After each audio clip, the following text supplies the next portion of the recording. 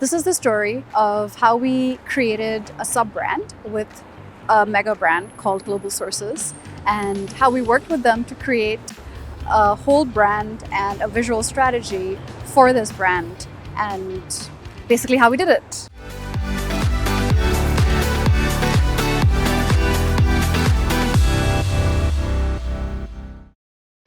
You can come. Okay, so Global Sources came to us, and first a little bit about who they are. So Global Sources is actually an online to offline platform for connecting buyers with suppliers. Online because they have a whole online platform where people can connect, and offline because they have trade shows. Last year they came to us and they said that they wanted to create some videos.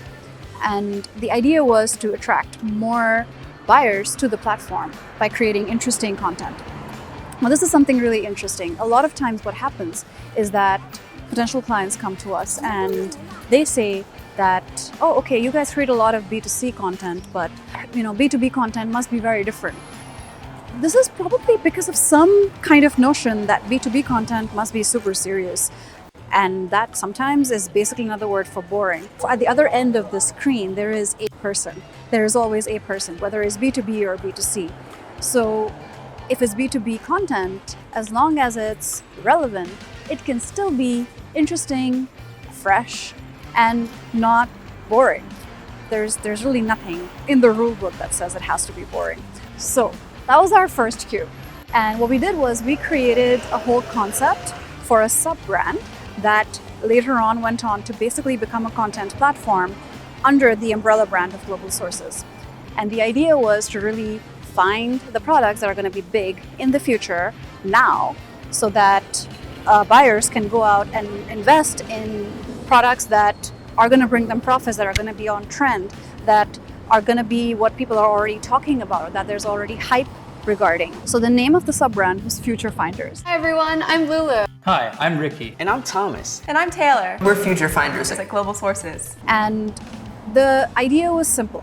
We wanted to take the products that the suppliers had listed on the platform and create interesting little mini stories surrounding them, and then have like a very informal, like BuzzFeed style sit down interview, talking head segment. Not really an interview, but more like two people just kind of discussing the products and talking about them, and then kind of weaving in the Global Sources platform into their conversation.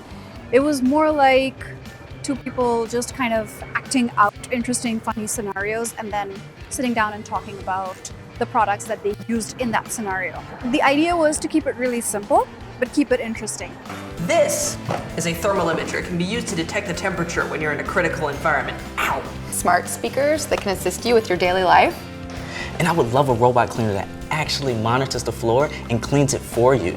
So we started with a series of 6 videos where we chose different categories from the Global Sources focus areas.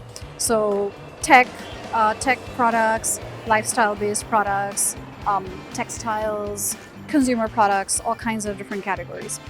And then beyond those 6 videos, we also created a whole bunch of unboxing videos. What was the idea? The idea was, again, in the spirit of keeping things fresh. We didn't want to kind of repeat the same format too many times. The idea was that people really liked the concept of interacting with these products in a different way, because so far, what had they seen? They had seen these products on static web pages as kind of catalogs. So this was a completely new way of visualizing products, and people liked it. And then the reason why we changed it up and did unboxing videos was to go more in depth, to show the products in another way. Oh, look at that. When everyone else is wearing the same old boring earphones, these are really like, I'm bold. You like that? Your pets can also get impatient sometimes. So if your little doggy decides to walk away, fortunately, this has a long power cord, so you can follow them for a little bit. So we didn't want to stop there. After creating about 12 different videos, where we actually got really good reviews. After getting 150,000 views on our first few videos, we realized that people really enjoyed watching this kind of content from this very serious B2B platform. And there was a very natural opportunity for us coming up in the form of the trade shows that Global Sources had twice a year in Hong Kong. And what we did was that we took some of the hosts from our previous videos live on ground for the trade shows, and they took a lot of the products and they did on the spot live streams talking about their experience using the products. So we tried to make it super personal. We tried to make it very informal, and we tried to make it very approachable, because we really felt like that would insert a whole air of honesty in the way that we were approaching this whole project. We didn't really want them to be infomercials.